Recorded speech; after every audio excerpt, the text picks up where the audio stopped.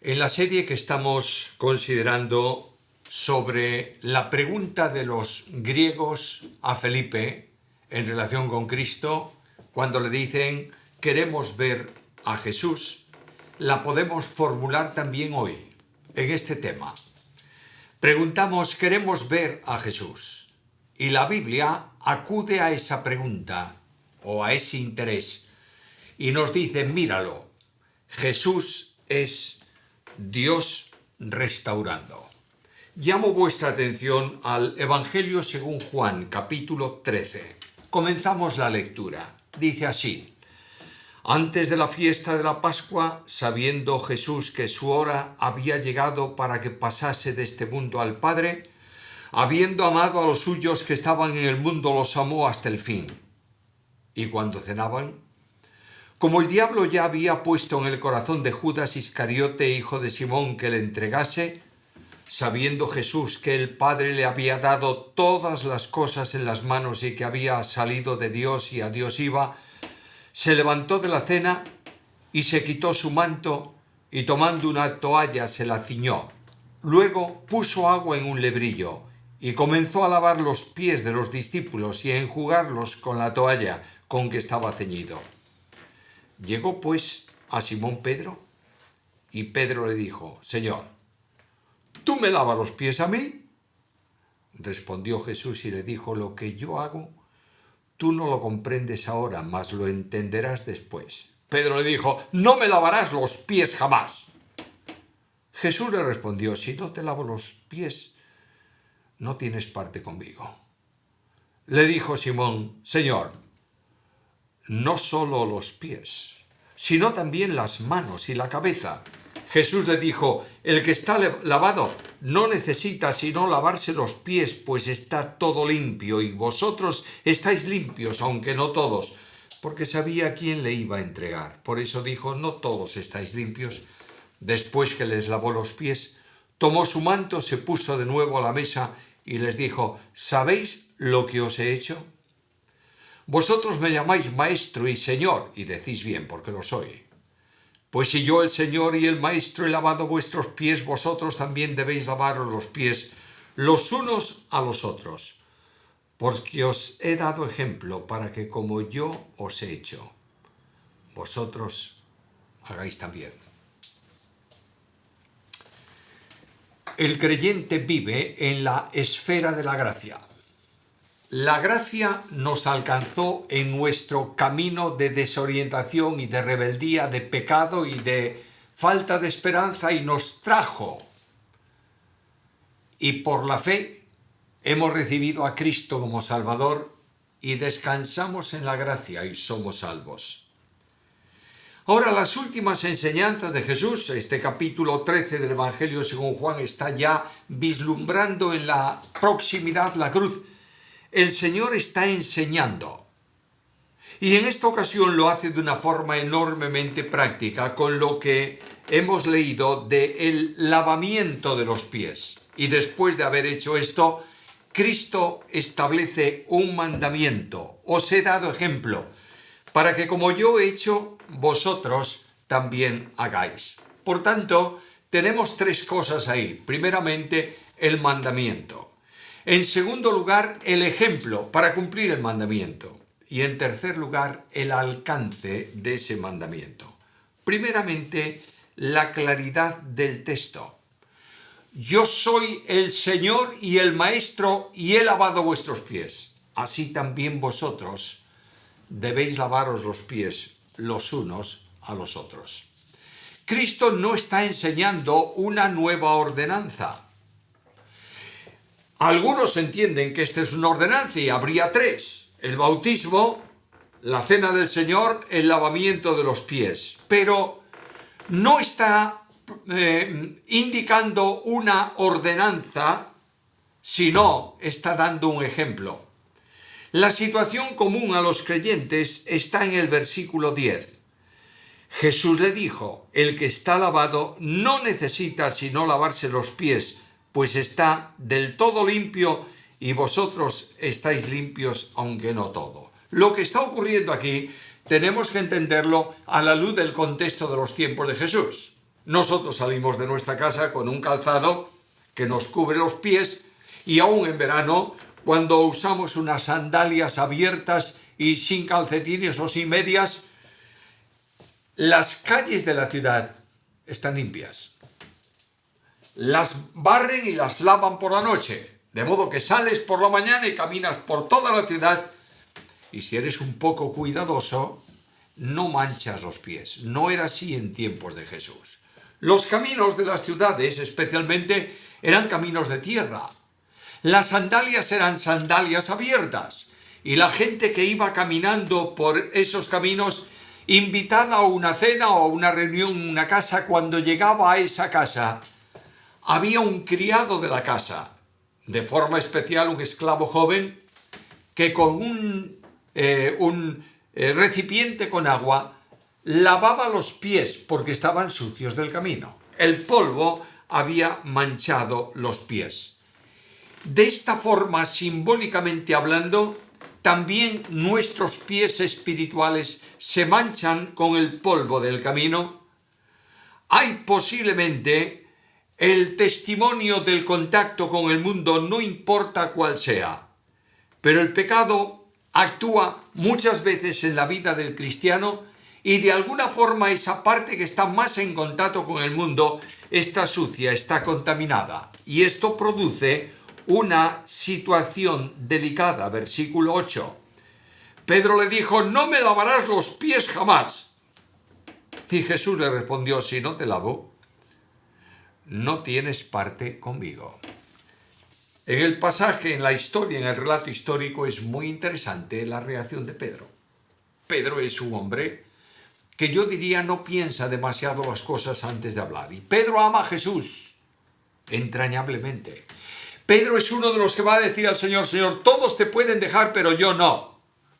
Y cuando Cristo le advierte que aquella noche le iban a abandonar todos, él dice: estoy dispuesto a morir contigo si es necesario. Pedro ama a Jesús. Pero Pedro no se da cuenta que para tener comunión con Cristo necesitamos limpieza espiritual. Que el pecado no nos hace perder la salvación, pero nos hace perder la comunión con Cristo.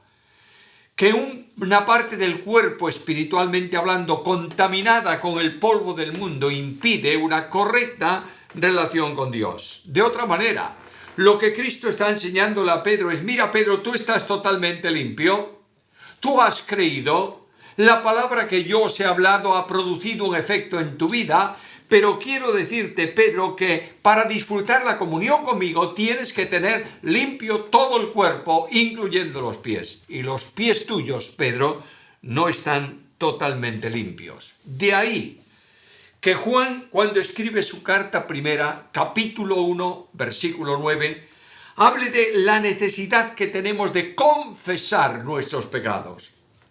Y el Dios que es fiel y justo, por medio de la obra de Jesucristo, la sangre de Jesucristo, nos limpia de todo pecado. La responsabilidad que Cristo pone sobre el creyente es muy sencilla: hacer lo que Él hizo en la esfera de la restauración de aquellos 11 a la comunión plena, en el simbolismo del lavamiento de los pies. Y Cristo nos dice a cada uno de nosotros en relación con nuestros hermanos: como yo os he hecho, vosotros tenéis que hacerlo también. Una de las necesidades que tenemos que entender es que la Iglesia de Cristo necesita un pastoreo de aliento y de consolación. Necesita una acción de restauración. Naturalmente, alguno puede pensar y decir: bueno, esto corresponde a los pastores de la Iglesia, y no hay duda ninguna que son los primeros responsables, pero tú y yo tenemos esta misma responsabilidad a la luz de lo que Cristo se hace visible para nosotros. Cuando el apóstol Pablo escribe la carta a los Gálatas, capítulo 6, dice: si alguno de vosotros ve a algún hermano que ha caído en alguna falta, no importa cuál sea, vosotros que sois espirituales, restauradlo con espíritu de mansedumbre. Ese que ahí en el versículo puede traducirse de otra manera: vosotros que sois hombres, mujeres espirituales, restauradle, porque la espiritualidad tuya te lleva a practicar con tu hermano lo que Cristo enseñó a hacer con aquellos que estaban sentados con él a la mesa. La condición del creyente espiritual no es reprender al que cae, sino amonestarle. Cuando hablamos de amonestación también tenemos que tener mucho cuidado con esa palabra. En mis tiempos de joven, la palabra amonestar o exhortar era lo mismo, llevaba consigo un acto de riña o de reprensión. De manera que a veces salíamos de una reunión, no importa dónde, el predicador había tomado el látigo de la buena conducta y nos había golpeado a diestro y a siniestro y salíamos doloridos del culto y nos mirábamos uno al otro y decíamos, vaya exhortación, no, vaya paliza. El hombre espiritual restaura. ¿Sabes cómo? Acariciando al que ha tropezado, ayudándolo y alentándolo para que se levante, reconduciéndolo al camino y fortaleciendo su espíritu. Amigos y hermanos, es mi convicción personal, a través de los muchos años de pastorado, que la iglesia necesita ser alentada mucho más que reprendida. A veces pongo un canal en donde el líder de ese canal busca la peor desgracia pecaminosa de los que puede encontrar en la iglesia actual, de problemas de pastores que han tenido tropiezos y los pone ahí en el canal, y hay miles de personas que están enganchadas de la putrefacción de alguien que pone las faltas de sus hermanos para que sean comida de los cuervos en la iglesia. Quiero decirte que antes de hablar de tu hermano con otros, habla de tu hermano con el Señor. Y Dios quiere que ayudemos a la restauración de aquellos que han tropezado y caído. Y para esto Jesús nos da un ejemplo. Cristo hace varias cosas ahí para llegar al final de unos pies limpios, de un ejemplo de restauración. Lo primero que Cristo hizo, versículo 4, fue que se levantó de la mesa. Quiere decir que tuvo que dejar el lugar de comodidad. En nuestros días nosotros nos sentamos en una silla y estamos en una mesa elevada, unos cuantos centímetros, 70 centímetros más o menos del suelo, y estamos cómodamente sentados, pero no nos produce mucho inconveniente levantarnos de esa silla, porque estamos en una posición que nos impulsa a hacer esa operación. En los tiempos de Cristo, la mesa era muy bajita, pegada al suelo, y la gente se sentaba sobre cojines o sobre divanes en torno a esa mesa, poniendo el codo izquierdo hacia adelante, el cuerpo apoyado en el codo y los pies hacia atrás. De modo que había un círculo, digamos así, de cabezas que daban una cerca de las otras y los pies para atrás. No era muy fácil levantarse ahí. Tenías que hacer todo un esfuerzo, volcarte nuevamente, sentarte de una forma cómoda, impulsarte y levantarte. Lo que Cristo hizo fue dejar la comodidad. Y aquí tengo un ejemplo maravilloso. Estamos muchas veces sentados en el confort de la comunidad y de la comunión con Dios. Estamos sentados en nuestros bancos disfrutando de la cena admirable con el Señor. Estamos sentados en una posición de privilegio en muchas ocasiones. Y nos olvidamos que para acudir a la necesidad de un hermano, lo primero que tengo que hacer es levantarme del sitio cómodo donde estoy para ir a buscarlo. Segunda necesidad, en el mismo versículo 4. Se quitó su manto. Cristo tenía un manto que le había sido regalado, que le había sido dado, tejido de arriba abajo, sin costuras. Probablemente 2 orlas azules estaban en el fondo de ese manto, como correspondía al distintivo de maestro. Estoy suponiendo, no tengo ninguna base bíblica para decirlo. Pero para poder trabajar en lo que él iba a hacer, de lavar los pies, tenía que quitar ese manto. Y naturalmente, cada uno de nosotros tenemos un importante manto que cubre nuestro cuerpo espiritual. Algunos hemos alcanzado un distintivo muy importante dentro de la congregación, nos miran en cierta medida con envidia, otros tienen un alcance, una proyección internacional mucho más amplia, otros tienen una titulación académica que les acredita como conocedores y expertos en la Biblia, otros tienen, no importa lo que tú tengas, sino que yo tenga, lo que Dios me dice es, para poder hacer el lavamiento espiritual de pies a tu hermano, tienes que despojarte de tu manto. Hay mantos sumamente difíciles de retirar. Uno es el manto de la indiferencia. ¿Qué me importa a mí lo que mi hermano ha hecho? Allá él con su problema y con el Señor. Otro es el manto de la comodidad. Estoy tan cómodo, tan confortable donde estoy, que no me importa lo que esté pasando, mi hermano. Otro es el terrible manto del legalismo. Mi hermano llegó a una caída y se manchó espiritualmente hablando porque él es una calamidad espiritual y la ley, no importa sea la del Antiguo o la del Nuevo Testamento, exige una disciplina, hay que disciplinar al hermano y hay dedos apuntándole inmediatamente. Manto de legalismo es el peor manto que puede tener un creyente sobre sí. Hay el manto de la vanagloria personal. Cuando alguien te dice, mira, tu hermano fulano ha tenido un desliz y ha cometido una falta, lo miras y dices, ya me lo imaginaba. Vanagloria. ¿Tú estás viendo a tu hermano en una dimensión espiritual menor que la tuya? Eres un orgulloso. ¿Estás menospreciando a tu hermano que ha tenido un problema? Eres un arrogante. ¿No quieres acercarte a tu hermano porque puede contaminarte? No tienes gracia en tu experiencia de vida. Y Cristo me dice, primero, levántate de tu comodidad. Segundo, quita el manto. Versículo 4. Tercera condición. Tomando una toalla, se la ciñó. ¿Sabes lo que hace Jesús? Asume la condición del esclavo de menor valor en la casa. Ahí venía el niño, el esclavo niño, con su recipiente con agua, y venía el visitante, ponía el recipiente en el suelo, se arrodillaba delante de él, le lavaba los pies y con la toalla con que estaba ceñido alrededor de él, le secaba los pies para que pudiese entrar. Cristo asumió la condición de esclavo. ¿Lo recuerdas?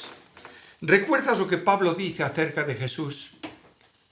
Porque siendo o estando en la forma de Dios, no estimó el ser igual a Dios como cosa que aferrarse, sino que se despojó a sí mismo, tomando forma de siervo, hecho semejante a los hombres, esclavo por decisión personal. El Hijo de Dios vino para servirnos, no para ser servido, y de la misma manera nos exige a nosotros que vivimos a Cristo. Déjame hacer una reflexión que tú conoces muy bien. Toda la vida cristiana, no importa cuál sea, no importa el tema de vida cristiana que toquemos, si no tocas ese tema en relación con Cristo, has perdido el tiempo. ¿Sabes por qué? Porque cristianismo no es hablar de Cristo, es vivir a Cristo. Porque cristianismo no es leer la Biblia y tomarla como un libro de mandamientos para obedecer. Es vivir conforme a Cristo y ya no necesitas esforzarte para obedecer porque el Espíritu Santo te conduce. De esa misma manera, Dios te exige a ti y me exige a mí hoy. Cuando decimos queremos ver a Jesús y Dios te dice míralo como el restaurador, el Dios de la restauración. Leo Gálatas capítulo 5, versículo 13. Porque vosotros, hermanos, a libertad fuisteis llamados, solamente que no uséis la libertad como ocasión para la carne, sino servíos por amor los unos a los otros. Nos llama a servir. Solo es posible el trabajo de restauración de un hermano que ha tenido un fracaso espiritual desde la condición de esclavo.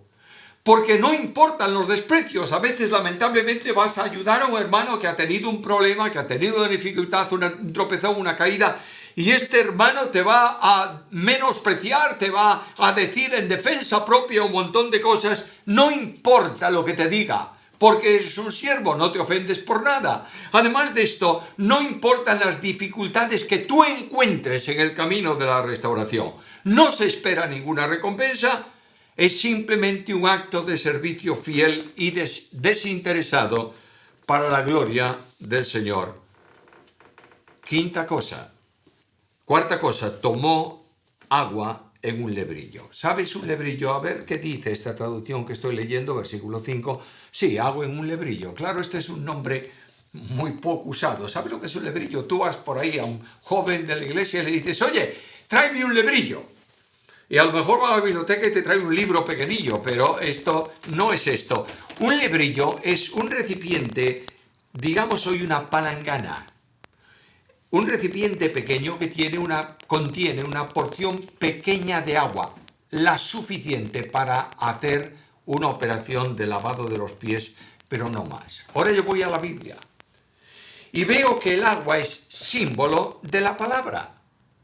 Por tanto, cuando vayas a restaurar a un hermano que ha tenido un tropiezo y ha caído y tiene suciedad espiritual, llévale la provisión necesaria de la palabra para la situación correcta y concreta que atraviesa. No tienes que llevarle toda la cantidad de agua de la Biblia. A veces vamos a ver a una persona que tiene un problema, yo qué sé, se ha peleado con su mujer. Perdonadme poner un ejemplo tan trivial. Se peleó con la mujer y nosotros, en lugar de ir con una porción de la Biblia y decirle, mira, la Biblia dice que tienes que honrar a tu mujer y amarla como a ti mismo. Lee el texto. Que Dios te bendiga y te haga real. No, vamos con la Biblia entera. Y le decimos, porque el Hijo de Dios no peca, Juan tal. Porque además, cuando tú no amas a tu mujer, no estás teniendo un buen testimonio delante del mundo y delante de Dios. Porque además, y le volcamos la Biblia entera sobre su pobre cabeza espiritual, no sobre los pies, sino sobre la cabeza espiritual. Y lo dejamos empapado, cuando lo que él necesita es solamente una parte de la Escritura para que el Espíritu Santo haga con ella la obra de limpieza y de restauración. ¿Sabes por qué? Porque en Hebreos capítulo 4 y versículo 12 leo estas palabras. La palabra de Dios es viva y eficaz, y más penetrante que toda espada de dos filos. Querido hermano, querido amigo, querido pastor de iglesia, no son tus palabras las que tu hermano necesita, es la palabra de Dios. Y vamos a la persona que ha caído y le presentamos la Biblia para que el Espíritu de Dios opere en él y haga una obra eficaz. Algo más, versículo 6. Comenzó a lavar los pies con la toalla. La sexta cosa, del versículo 5. ¿Aplicó el agua a dónde? A la suciedad. Tomó el agua y la puso sobre aquello que estaba sucio. En el caso de los discípulos, los pies físicos alrededor de la mesa donde estaban para cenar. No fue un baño general, fue la aplicación de una parte concreta a su necesidad. Hermano mío, no se trata de una reprensión integral al que ha caído, sino la bondad de una porción de la palabra que lo conduzca a la restauración. ¿Qué más hizo? Comenzó a enjugarlos con la toalla. El verbo aquí enjugar es equiparable a limpiar con cariño, a secar acariciando. Yo no sé si vosotros vivís en países donde llueve mucho o no, pero yo estoy viviendo en un lugar donde este año no llovió mucho, pero en un lugar donde la lluvia forma parte del paisaje. Cuando yo era un niño pequeño, salía por la mañana temprano para el colegio. Eran tiempos de verdadera penuria en España después de la guerra española y después de la guerra europea, en donde no había para comprar cosas. Había tal vez cosas, pero no había dinero ninguno para comprarla. Y yo oí una noche a mi padre y a mi madre discutiendo, en el mejor sentido de la palabra, en su habitación. Y mi padre le decía a mi madre, bueno, mañana compraremos unos zapatos para Samuel. Tenemos que comprarle unos zapatos con goma bien resistente. Y mi madre le decía, no, de goma no. Comprémoslos de suela, de cuero en el fondo. Pero mi padre decía, pero oye, pero ese cuero se va a gastar pronto, la suela se va a desgastar, el zapato... No, pero viene el verano y un zapato de goma en verano es un problema. Después de discutir mucho, ganó uno. ¿Sabes quién, verdad? Mi madre. De modo que mi madre y mi padre me llevaron al comercio y me compraron unos zapatos de suela. ¡Qué bien! Y pasó el verano. Y llegó el invierno. Y cuando yo salía de casa, lloviendo, a la mitad del trayecto hasta el colegio, tenía los pies mojados. Pasaba por delante de una tienda que vendía comestibles y cosas de estas. El dueño se llamaba Don Manuel. No, se llamaba Manolo. Pero yo cuando llegaba a la tienda le llamaba Don Manuel. ¿Sabes para qué? Le pedía, ¿me daría usted un cartucho, una bolsa de papel grueso? Y el hombre me miraba, me decía, toma, me daba un cartucho, una bolsa de papel. Yo llegaba al colegio, cortaba la bolsa de papel, la metía dentro del zapato. No dejaba de tener mojados los pies, pero estaba caliente. Cuando tú mojas los pies de una persona, si no los secas, esa persona se enfría. Y los pies mojados de una persona traen como consecuencia una enfermedad espiritual. Estoy hablando en el sentido espiritual del pasaje. No es el legalismo intransigente, es el amor en acción, lo que Cristo enseña en este versículo. ¿Algo más? Tal vez leáis todo el pasaje y dice, pues ya no hay más. Sí, hay una cosa más. En séptimo lugar, no está escrito en el versículo, pero no hay otra forma. Cristo lavó los pies, puesto de rodillas. Y es necesario en el trabajo de restauración usar nuestras rodillas para llevar a nuestro hermano en oración al Señor. No podemos ir a restaurar a nadie que ha tenido un problema espiritual sin cargar nosotros con el peso espiritual de ese hermano y llevarlos a la presencia del Señor y orar intensamente por él, orando intensamente para que el Señor prepare el camino que conduzca a la restauración. El legalista mira al pecador, el espiritual mira a la gracia. Y una de las cosas que la Iglesia necesita hoy es que veamos a Jesús de esta manera. Hace muchos años, un hombre, líder de juventud en nuestra Iglesia, tuvo un pecado grave, pecado moral grave. Fueron a visitarlo, confesó su pecado a los que fueron, pero dijo, pero no quiero saber nada de la Iglesia. Y no volvió. Y esta congregación dijo, bueno, no queda más remedio que aplicarle una disciplina hasta que venga y confiese su pecado, no a la Iglesia, pero confiese su pecado al Señor y vuelva a Él. Un día, el Consejo Pastoral de la Iglesia nos reunimos, era al principio, el primer tiempo de pastorado aquí en la Iglesia, nos reunimos y dijimos, hay algunos hermanos que hace tiempo que no vienen. ¿Qué tenemos que hacer? Hagamos una lista. Hicimos una lista de hermanos que estaban faltando. Y nos reunimos durante 3 meses. Todos los días, para orar por ellos. Todos los días. Cuando había culto en la iglesia, nos quedábamos después del culto. Nadie sabía, tal vez las familias sí.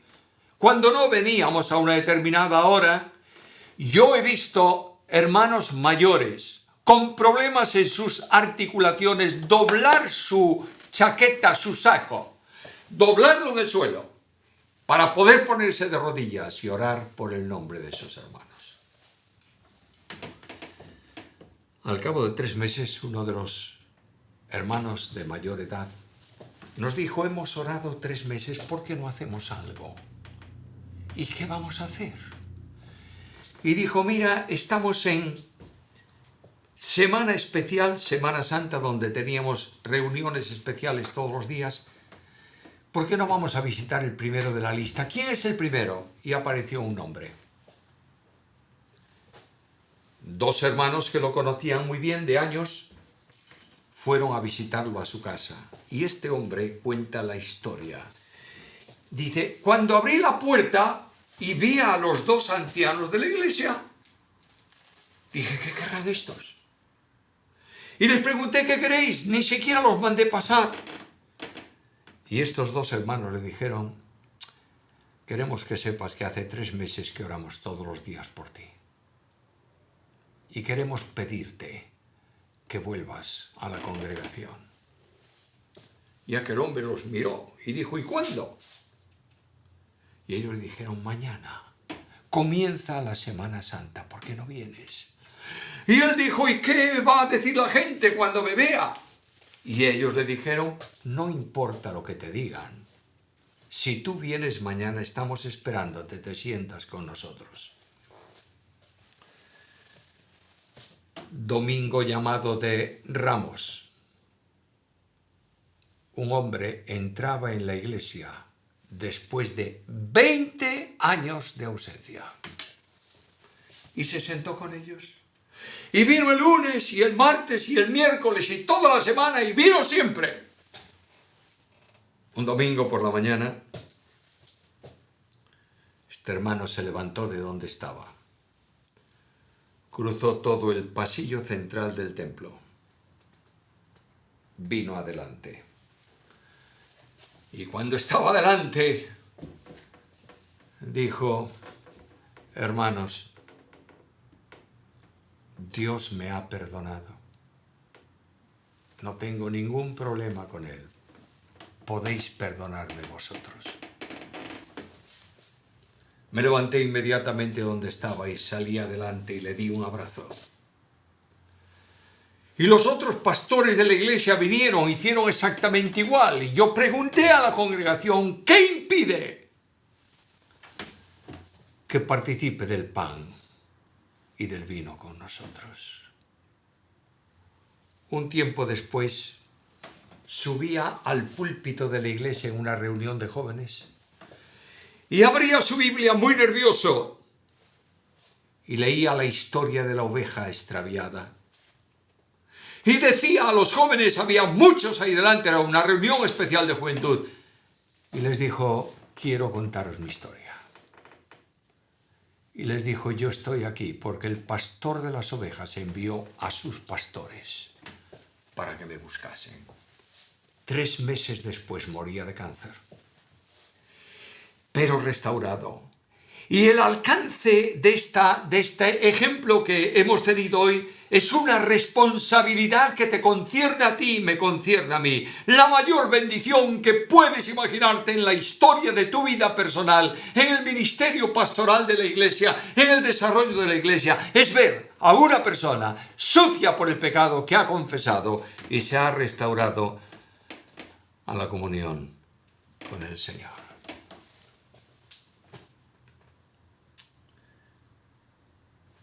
Un hombre muy conocido en el ministerio en España habló un día de la restauración. Era un poeta tremendo. Y escribió un himno que dice el coro de esta manera: venid, vamos a buscarlas de las sendas de maldad.